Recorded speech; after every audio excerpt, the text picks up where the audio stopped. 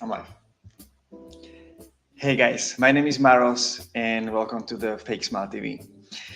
By the end of this video today, you will probably hate me for lying to you and trying to manipulate you into liking me by being nice, by being smiling. So why am I smiling? Even though I don't feel like that at all. I'm smiling because I need you to like me. And first of all, I love you, so I need you to feel comfortable. I need you to feel that I'm comfortable with you and you have my full presence and full acceptance.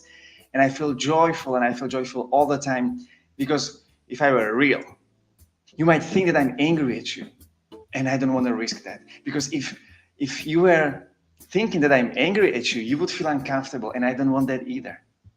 And if you felt uncomfortable, I would probably feel guilty. Because I must have said something that was very uncomfortable for you. And I don't want to deal with that guilt. I don't want to deal with that shame. And moreover, if you don't like me, how do I know that I'm good enough? How do I know that I'm okay the way I am? How can I just be myself if you are obviously angry at me? So I don't want any of that. And because of that, I want you to like me. And I think it's much easier to like people who are nice, who are always smiling, because these people are lovable. These people are happy. Yeah, these people would never hurt anyone. And if you feel uncomfortable watching this, trust me, I'm feeling 10 times worse. Now, here's the thing with the fake smile. Fake smile is a real deal, and it's a real problem. And the biggest problem about the fake smile is that it's not a choice. Anyone who is doing fake smile in situations with emotional tension is not doing it by choice. They are doing it as an unconscious survival reaction to appear that they are okay, so that they are accepted. Because the people who are doing fake smile, they don't want to show other people their emotions, because they would risk rejection, they would risk disapproval, and they don't want to do that.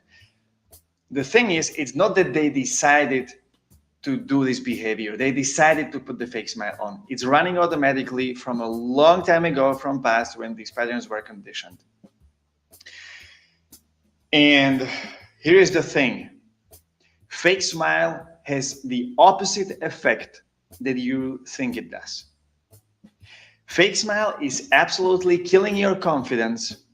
It's killing how people like you, actually, and it's killing your self-image. Why? First, when you do fake smile, you're lying. You're lying about how you really feel. And when you do this, you automatically are incongruent between your internal behavior and your external behavior. When this happens, it automatically doesn't feel good. Like, no one who's lying feels good about themselves. Lying is a lot of work. And when you lie, even though you're doing it unconsciously and it's not a choice and it's still a suffering, but nevertheless, when you lie, you have to manage the circumstances. You have to manage the expectations. So what's going to happen? You're going to go in your head, and instead of being expressive, being authentic, being spontaneous, going after what you want, now you have to manage what other people think in order that your lie doesn't sneak out, that it doesn't leak out. This is a lot of work. So the first thing, you're lying and you know it, even though it's happening unconsciously, and that's why it's painful. Thing number two is that it doesn't work anyway. When there's a person in the group who is always smiling, who is always laughing, who is always nice, it's suspicious, because no one is always happy, no one is always smiling, no one is always laughing. Every person in the world has all the emotions, including guilt, shame, sadness, fear, anger, and so on. If they say it's not true, they're lying. Every person in the world has all the emotions. And every person who is repressing their emotions and suppressing them actively to get approval from other people and to get a feeling of control over the life, thinks the same. Oh my God, I must be the only one with anger. I must be the only one with shame. I must be the only one who feels guilty when other people are feeling discomfort. So they put this fake smile on. Yeah, I don't feel bad. I feel good. I'm okay. And it's not true. And over time, people who are true to themselves and who actually acknowledge their emotions see these people, and guess what happens? They don't trust them. These people are untrustable, because if you're always happy, then there's something. If you never set a boundary because everything is always okay, that's suspicious. Then it's very likely that what you're doing is that you're somehow investing your niceness, sacrificing your needs into my favor account, so that when the time is right, I start returning the favor. And this is how entitlement grows. And eventually what happens is that people hate these people.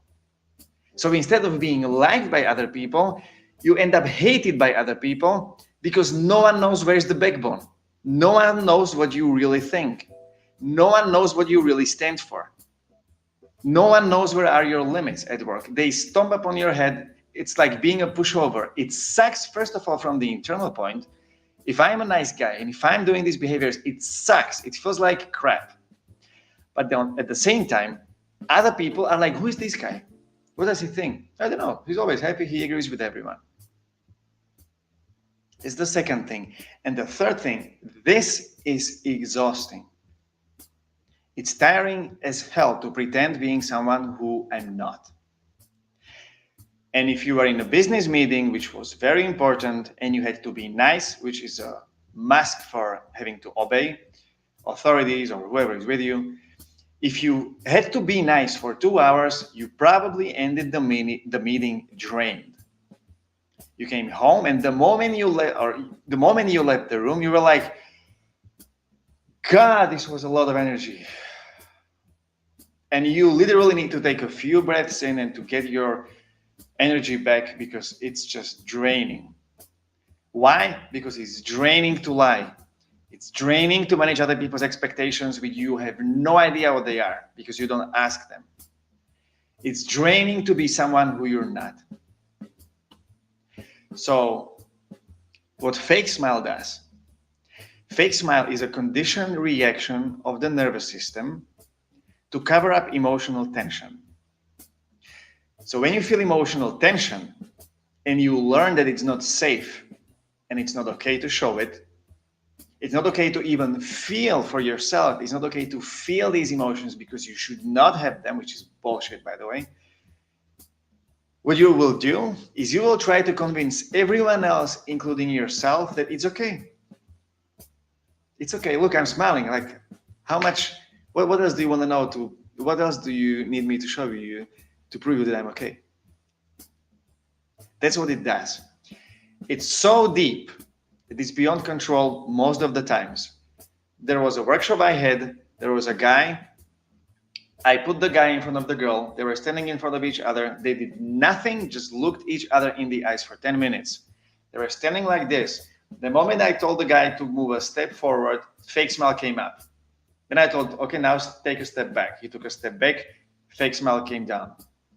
He did a step forward, fake smile came up. He took a step back, fake smile came down. It's a learned reaction. He did not do it consciously. And he was like, oh my God, like, who's doing this? I'm not doing this. It's his body conditioned to the response. It was creating the response. Now he was finally able to see what's actually happening, see what he was doing, so he could finally work with it, work through to the emotions, work with them, let them go and move on. Funny thing, from my experience, people with fake smile have the most anger stored in themselves. And I'm speaking for myself as well. I had fake smile and I had massive rage under the fake smile that wanted to go out. And it's not helpful to repress it. It's not helpful to suppress it. So how to find out how much stuff is there repressed and how much emotions there really are under the fake smile? There's a simple test you can do. Put yourself out in the emotional tension and stay serious, stay present, and don't escape the tension. Just be there. And you can do a simple thing where this is one assignment I gave to one of the guys I worked with. Go to the store where they sell watch, like high quality luxury watch. Pick a watch that are somewhere between $3,000 to $5,000 and try them on your hand. And when you're done, ask them if you can take the watch and borrow them for 3 weeks, because you don't know if you want to buy them. You would rather try them out first.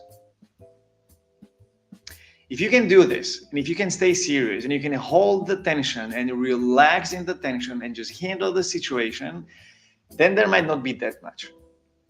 But if you go there and your face is almost ripping apart because the fake smile is literally almost wrapping around your entire head, then you have a work to do. And I guarantee you that this work is worth doing. This guy I gave this assignment to, he came there and I thought he looked like he's just watching a stand-up comedy. And it was so uncomfortable for him. Actually, no, it wasn't stand-up comedy because it wasn't real. It was so uncomfortable for him. It was extremely uncomfortable for the guy who was selling the watches. And it was even extremely uncomfortable for me to watch because it's a pure pain. If you saw the hide the pain Herald meme, you know what I'm talking about.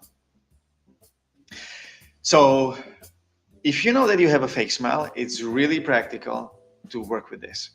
And the way to work with this is to stop lying, stop faking the smile, being real, noticing what comes up, and processing the emotions.